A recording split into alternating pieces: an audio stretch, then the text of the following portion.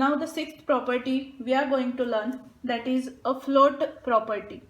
Now float is a CSS property written in CSS file or directly in the style of an element. The float property defines the flow of content. So how the content moves in your HTML program, so it is defined by the float property. So whenever we define a float property, then whatever text is aligned, for that text the flow is shown. So it will come in the yellow color where that particular text is selected. So it shows the flow of the content. Now following are the types of float property. So there are three types. The first one is float colon left. That means this keeps the element float on the left side of the container. Second one is float colon right, which keeps the flow of the content to the right side. And third one is float is equal to none. So here left, right and none, these are the three different values for the float property. Now let's have the example of this through which you will understand more clearly.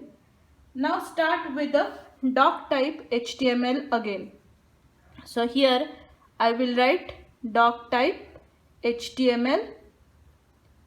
Start with the HTML head, then start with title. Give the title as a float property. So normally whatever program you are writing, the same title you will give. Then start with the style tag, that is style type is equal to text slash CSS. Then after that write down the selector as dot float left.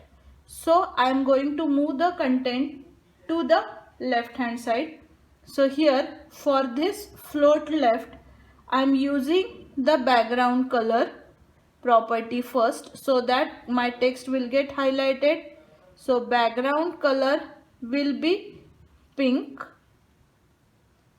and my text color will be red. So this I am applying for the left side. Second one I am using float right. So here again I am changing my background color. So here background dash color I will give as yellow, and I will little bit increase the font size for the second text as font size colon 20 pixels. So this is the change which I will make in the program. Then after this close it with slash style and then close it with slash head. So here my head section will get over. Now I will start with the body tag. So with the body tag I will use first as a h2 tag, though I have not defined h2, but for writing the text I will use h2. Here class is equal to, so first class name I will write as float left. So whatever text here I will write, that will move to the left hand side, and then I will close it with slash h2. Then I will put br. For the second text I will just write my simple text, and then I will close it with slash p and again br. For the third text I will again use h2. Class is equal to float right, and there my text will be again ABC, and then I will close it with slash h2. So after writing this to the left hand side and the right hand side, I will close my program with the slash body and then I will close it with /html. Now when you save this program with the float.html, now how your output is displayed. So here suppose my output is, so here the first text, that is ABC, will appear over here with the background color pink. So here my background color will come as pink. Then here the second will come as a simple text, and again on the right hand side the text will come as ABC, where the background color will be yellow and my text size will get increased with the 20 pixels. So this is the output for your float property. Remember, there are three values for the float, that is left, right and none. Maybe this will be asked in the fill in the blanks or multiple choice 3 answer question. Float property has dash, dash and dash values. So the answer is left, right and none. The seventh property is display property. Now the display property in CSS defines how the components, that is any hyperlink component or heading component, are going to be placed on the web page. It specifies how the element is displayed. As the name suggests, this property is used to define the display of different parts of a web page. For example, now suppose here you want to define it inline, that is within the frame, so you can define it within the frame. Or if you want to define it in the block, so it is defined in the block. So it is used to specify how the element is displayed. How the element is displayed in your web browser. So here, what is the syntax of the display? So here there is a syntax.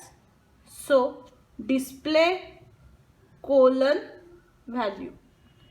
So this way you will write the display property in your HTML. So now there are total 4 properties of display, 4 values of display. The first value is inline.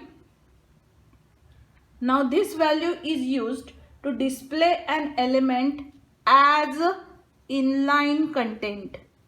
So within the frame, if you want to define the content, so it is used to define it in the inline frame. Second value is a block. As I told, second value is block.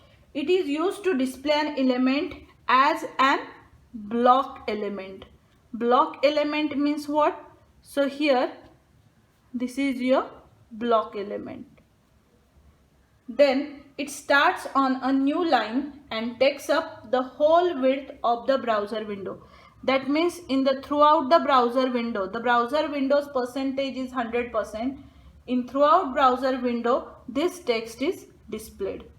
The third value is block dash inline. That means at a time you can get inline also and block value also. This value is similar to inline element, but the difference is that you are able to set the height and the width of the element. And fourth value is none. The element is completely removed. So here the element is completely removed from the browser. So these are the 4 different values of display property. First is inline, where it shows the inline content. Second one is block, where it shows the block element. Third one is block dash inline. It shows the inline dash block with height and width. And fourth one is none, where the element is completely removed from the browser. Now let's have the example of this. Suppose I want to show it with a both, that is block and inline. So how it is defined in your program. Now see the example of this. So first start with the example. So here again doc type, HTML, then HTML,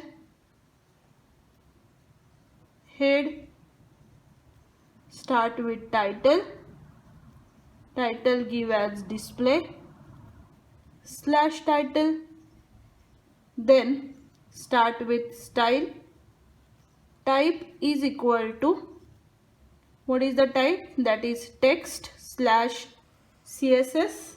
Then now I am using a selector which is known as a P. So in the P selector I will use the first property as display colon block. So I will use the block, and for this I am applying the background color. So here background dash color will be yellow. Okay, and then after this close it with slash style and then close it with slash head. Now start with your body tag. Now here P is the selector which I have used. So here I will write P first. Then after that, to link it, I will just write ahref is equal to www.yahoo.com. So here yahoo.com I will write. Then after that I will close the bracket. Then here visit Yahoo and then close it with slash a and then slash p, then slash body and slash HTML. Now to define the link, always you have to start it with the http :/. So now when this code is run, then that time, so here my text is visit Yahoo. So how the program is run in the HTML? So here visit Yahoo will come in the block form, and the by default color for the link will be blue. Background color as we have set as yellow, so background of this will come as yellow and it is displayed in the block. So here a block will appear, the link color will be blue. So this will be the output of your program. In this way the display property is used. Don't forget the values of this display property, that is inline, block, block dash inline, and fourth one is none. So next we will see the use of semantic tags. Now semantic tags we have learned in 11th standard. Now what are the semantic tags? So here it divides your complete web page into certain sections. Now there are different sections in your semantic tags. In that the first section is a header section which gives you the heading. Second section is nav section, that is navigation. Third section is your aside, that is the side section. Fourth section is the section part, the main section. Fifth one to write the article, the next has article section. And sixth one is the footer section, that is the last section of your web page. So these are the 6 different sections. By using semantic tags, now we will write the program based on this. So here how the CSS properties are used to define. Actually these properties we can use for writing the selectors. So directly header is a selector, nav is a selector, aside is a selector, section is a selector, article is a selector, and a footer is a selector. So with the 2 different or 3 different properties, that is background color we will give, the height for the particular section and the width for the particular section. By using these 3 properties, now we will write the code for semantic tags. Code for semantic tags. So first start with doc type HTML, then after this start with HTML, head, title,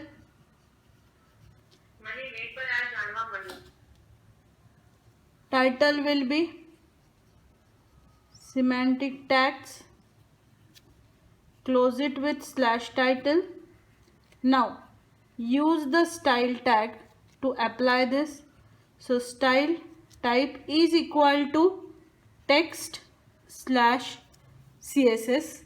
Then after that, first selector I will use as header, where I will apply the first property as background dash color as pink. Then second property will be height is equal height colon 100 pixels and width will be 20 pixels. Then next, after this, I will use the second section as,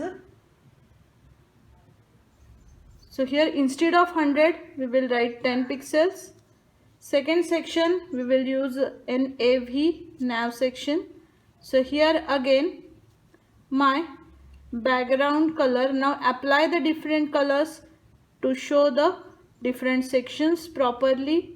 Then here again your height will be 20 pixels and your width will be 30 pixels. After this, the next section will be a side. Now here this is your side section, where you will again write the background color as green, then put the height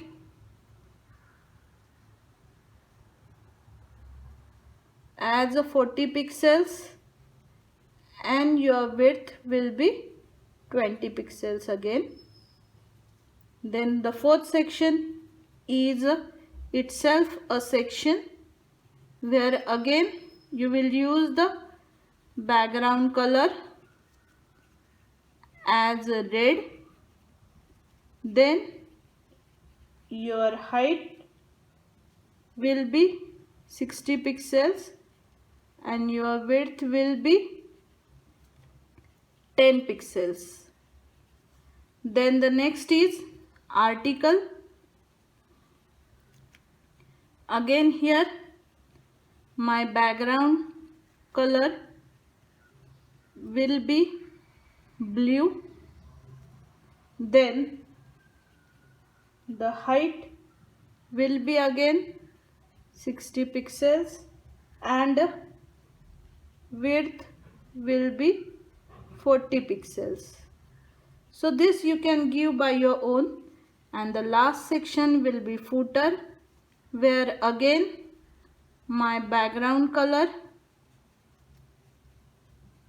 will be sky blue, then my height will be 10 pixels and my width will be 100 pixels, that is throughout the browser. Then close it with /style and then close it with /head. So now my head section is completed. So let's move to the body section. Now in the body section, all these sections we have applied the different properties, the height and the width. Now one by one we will write. So here the first tag will be header, in which you will write the text, suppose welcome. Then close it with /header. After this I will use the knife tag. So here this is my first section. So again you will close it with nav. Third tag is aside. So here you will write this is my second section, and then close it with slash aside. Fourth one is a section which is your main section. So here just I will write as a main section. Then close it with slash section. Next one is article. So here you will write article section and close it with slash article. And the last one is footer. So here you will write footer.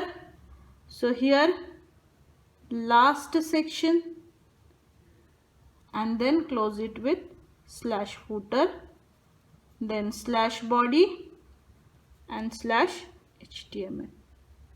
So here your program is over.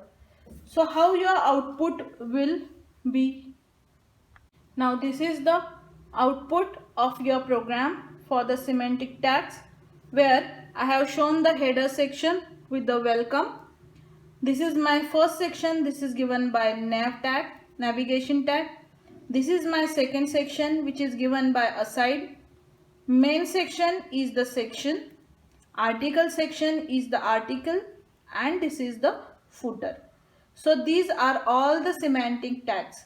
So by using the CSS, this is the output for the semantic tags.